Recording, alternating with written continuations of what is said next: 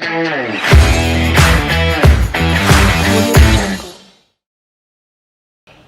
and welcome to the Perspective Show where curiosity meets enlightenment. So sasa dating back to some years back, I believe uli come up and supporting kids with autism. So why autism? Ni nini ilikupush to that extent? I think I was in a certain show in a place called Mararal.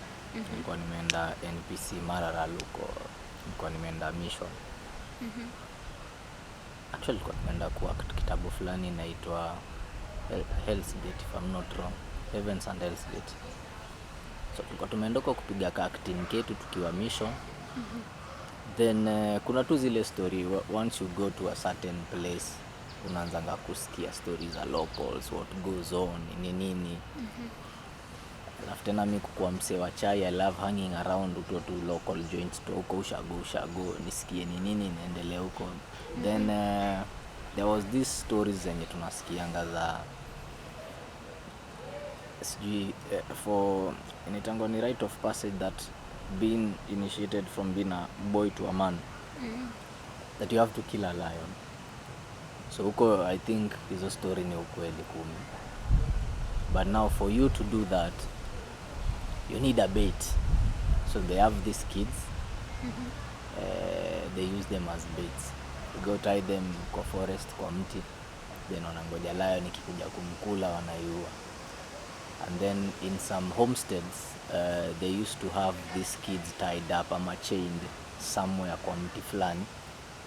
Akiamka tu hivi asubuhi anachukuliwa anaenda kwa chain kwa hiyo mti, so anapelekeangwa food hapo during the day kama ni breakfast, pelekewa lunch hapo, supper, and then jioni akisikia kulala anaingizwa kwa room na anafungiwa. So hawakuwa wanajua watu wana suffer from what condition, but kuna one boy who was in the community was I think very enlightened na whatever was going on kwa life za watoi. So yeye ndiye alikuwa anajua ni autism. So yeye ndiye alinipigianga hiyo story. Kaniambia watu wana suffer from something called autism. Nyara sikuwa najua ni nini. Sikuwa najua hiyo ni nini. The first thing niliuliza ni so ampeleke hosi basi. Apone waache kumfunganga pale kwa chain. But then again nikakam ku understand it's something that has no cure. It has no known cause. Hatujui nini na iko singi.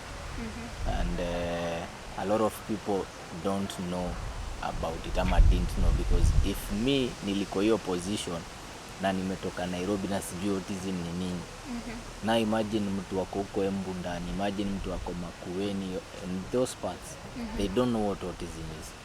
So I decided when I came back, I decided okay, let me do some investigation on what autism is, and I see if I can champion for it. I see if I can educate some few people, try to fight the stigma, and at least wazazi ama the relatives, the guardians wajue there is someone who is trying to air our voices, and there is someone who is trying to welcome the world into our world to make sure that everything is okay. We don't have to feel weird. We have these kinds of kids and we can seek help, and we can come up with one voice that says these are just kawaida kids that need an opportunity, a equal opportunity as our watu wengine.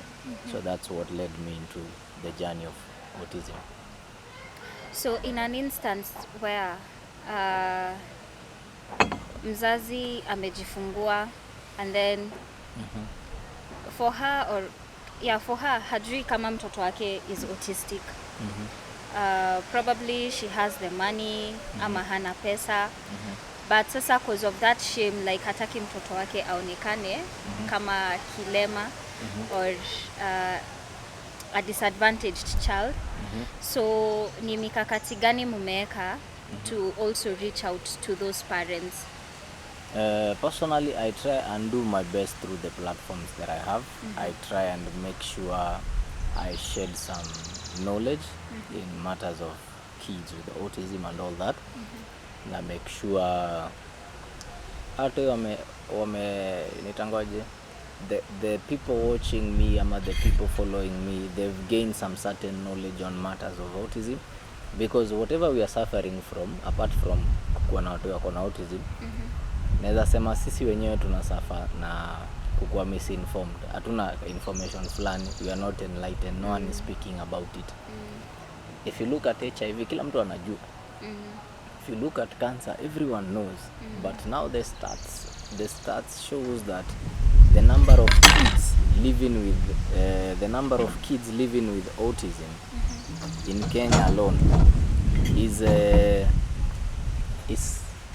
almost 4 times the number of kids living with HIV and cancer combined. In every 10 kids, most probably utapata 3 or 4 are autistic. So that shows you that hii issue ni serious, and in the next few years, let's say we might not be feeling it because they are still kids. I always tell any government official nikikaa nao chini trying to tell them on how to tackle hizi matters autism, I always tell them right now it does not make sense because they are kids, but in the next 15 to 20 years watakuwa grown ups. Then these are the people you are depending on to pay tax and develop or push our economy much further. But now they are autistic, they cannot work, they cannot do anything. So inaenda kukua own goal, tunaenda kucripple economy yetu because we did not tackle it the right time. So hii time wamekuja wamekuwa watu wazima, and they cannot work, they are not independent, they are depending on people to maybe feed them, take care of them and all that. But if we had taken the step of faith and catered for them 15-10 years back, sai wangekuwa wanaweza jifanyia kitu, because it's not that they are they are disabled. They learn slow, but eventually they learn. One is you can teach them on how to do things with their hands. They are very good when it comes to beadworking, knitting. Unaweza wafunza kutengeneza hizi masanitizer, hand soap, blah blah blah. Whatever you train them on what to do, they learn. It's just that process yao ya kuinternalize ni tofauti na yetu. Mimi utanifundisha kupika chai saa hii, the next 10 minutes ndakupikia chai, but yeye utamfunza for a while. They learn through repetitive formats. So utamfunza for a while until ashike. Utanifunza kubrush meno saa hii, sitakuhitaji jioni, yeye bado atakuhitaji jioni, atakuhitaji kesho, until it sinks in him that I'm supposed to do this every morning. I'm supposed to brush my teeth, I'm supposed to do ABCD. So one is na feel watu wakiwa na hiyo knowledge, watu wakiwa wanajua what goes on in this kid's life, then we'll be able to take care of our community as one. Because kuna watu wako na autism but wamewafungia kwa manyumba, like they don't let them go out, they don't let them play with other kids, and that's the first mistake I always tell them. Wacha ishie nje, asumbuane na watoto wengine. Because mostly if you put them into integration learning, they have people they are pacing themselves with. But ukimfungia umemseclude ako tu peke yake, ana mse ana look up to. Then you take them to a special school. Everyone there is special. So who is he looking up to? Yet na kila mtu ni kaya yeye. But if ukimpeleka shule iko na watu wako na kawaida, because their level of autism kuna mild na kuna yenye imekoma. But if mostly ni mild. So once usha notice mtu wangu ako this level of autism, then you go to the right people na ku advise ni aje mtu impeleke a certain school. Then from that school if it has watu wako sawa, then anajipace now. Kesho akirealize ni ajui math anatia bidii, but akienda place wote wajui math atajua wako sawa. So another thing that parents should always look out for is how you bringing up the kid. Usimfungie kwa nyumba, let them go outside, let them play with other kids. Just educate the other kids that this kid has a condition called ABCD, so whenever you are playing with him, he might behave in a certain way. So if he does behave in this certain way, please understand, mvumilie na treat him this way. Yeah, so I think hiyo tu knowledge tu ndio imekosa. So that is what I'm trying to do, to make sure people are aware and people are wamejua nini inaendelea kwa life zao. Yeah. What inspired you kufanya TV shows?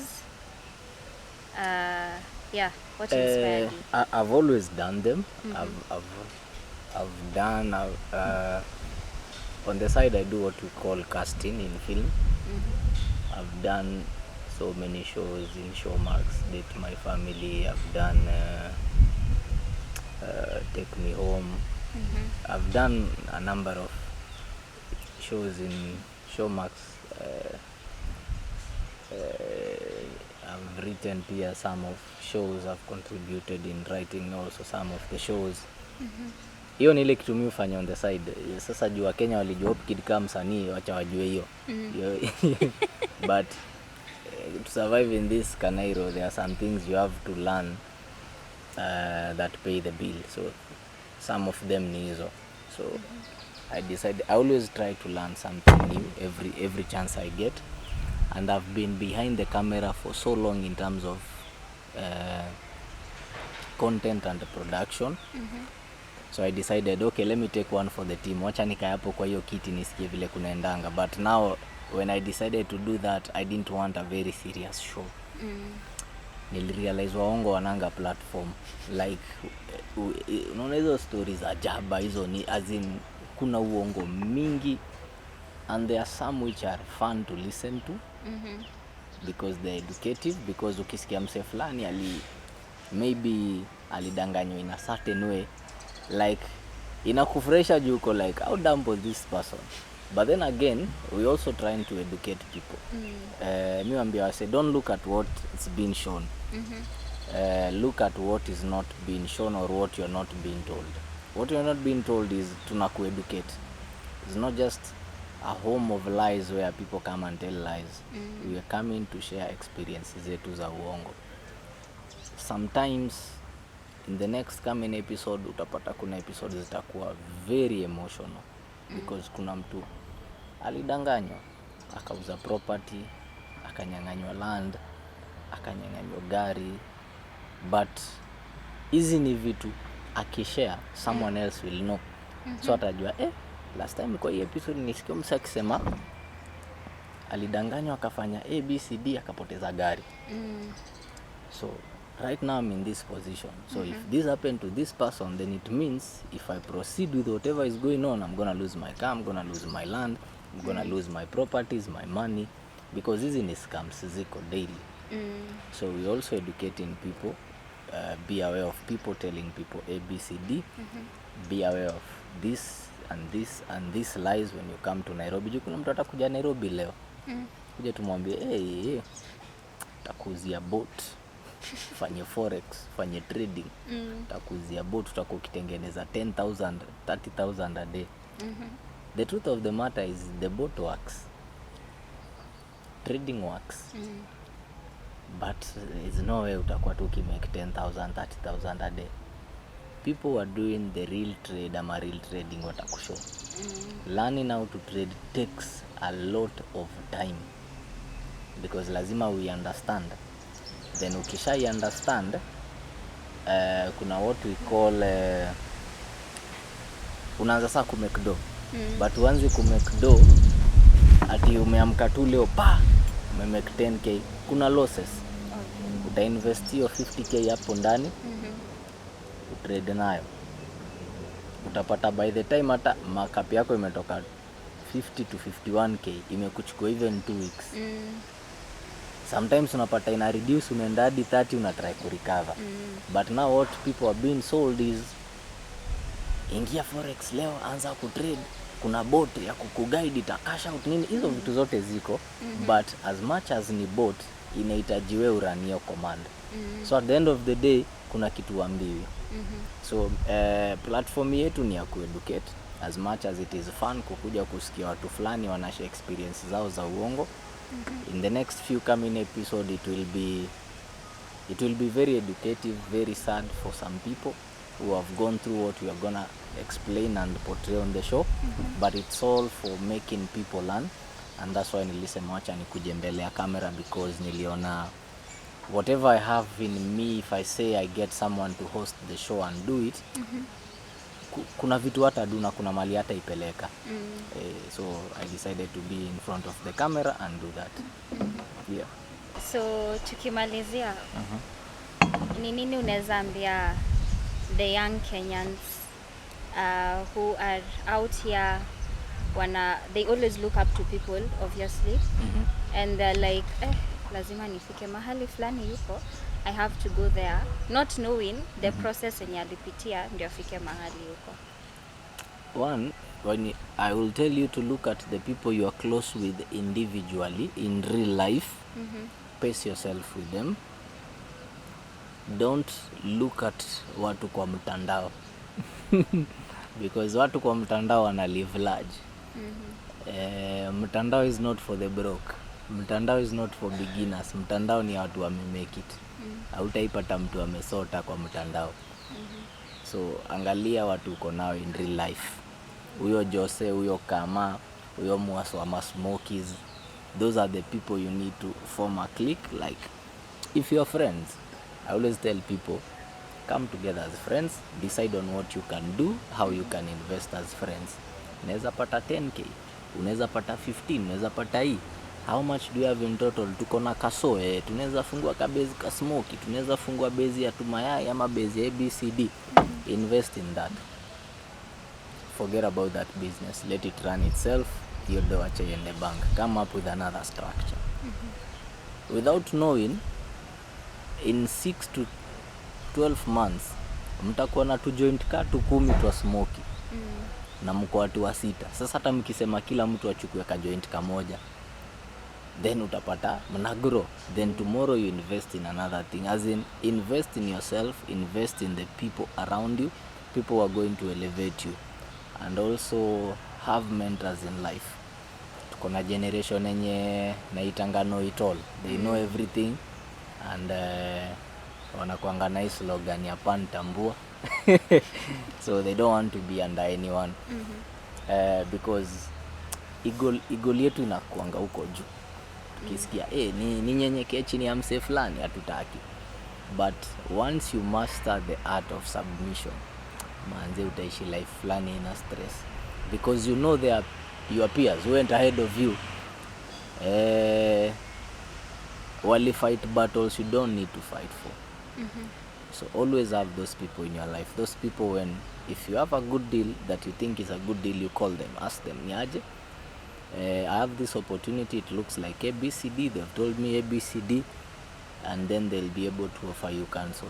Have people you go to whenever you are facing challenges, whenever you have great opportunities, whenever you have capital you want to invest and all that. Have people or have someone you go to. Most of time tunakuanga tumeburden mapasta wetu na hiyo. Na truth be told, hiyo si kazi yao. Imagine pastor wako ako na washirika 8 ama washirika 2 kwa church. Do you think he will tend to everyone? Hata akisema aone watu 2 per day, haizi sota wase. Umeget? Now you get other people who are professionalized in that way. Get someone who is good in business. If you believe in their doctrine, go tell them, niaje, I want you to be my mentor in business. I have 10k, I want to start a business, I have ABCD, and also look for church that believe in the way of the cross and the Bible. And weka mizizi hapo, because at the end of the day no one does it without having that strong relationship with God. Tafuta kanisa, mimi ambia mse, you cannot say you are, wewe ni mwanajeshi na una country unafightia. Otherwise wewe si soldier. Every soldier has a country they are fighting for. So get a church that believe in God, believe in the Bible, the way of the cross. Go serve. Enda church ku serve. Amkanga asubuhi, enda unapanguza hizo viti. Does not mean that we kupanguza viti unasimpia church or panguza viti. Ukimaliza kaa chini, hudhuria service, ishia home. You do not have to have ties with the church for you to perform a certain act of service in the church. Because when you are in service, God is also sending people to serve you without knowing. So always be of service to people, because even when he came here, he came to serve. So if you can learn a thing or two about that, go serve, go be under someone, and also always have a room for learning. No one knows everything, and those people who sometimes might seem stupid or fools or don't know what is going on, manze kuna information wako nayo. Always have an open minded whenever you are tackling anything, and you'll be good. Thank you so much Karibu. for honoring our invite. Karibu. And that is it from the Perspective Show, where curiosity meets enlightenment, and I have been your host, Irene Mutua.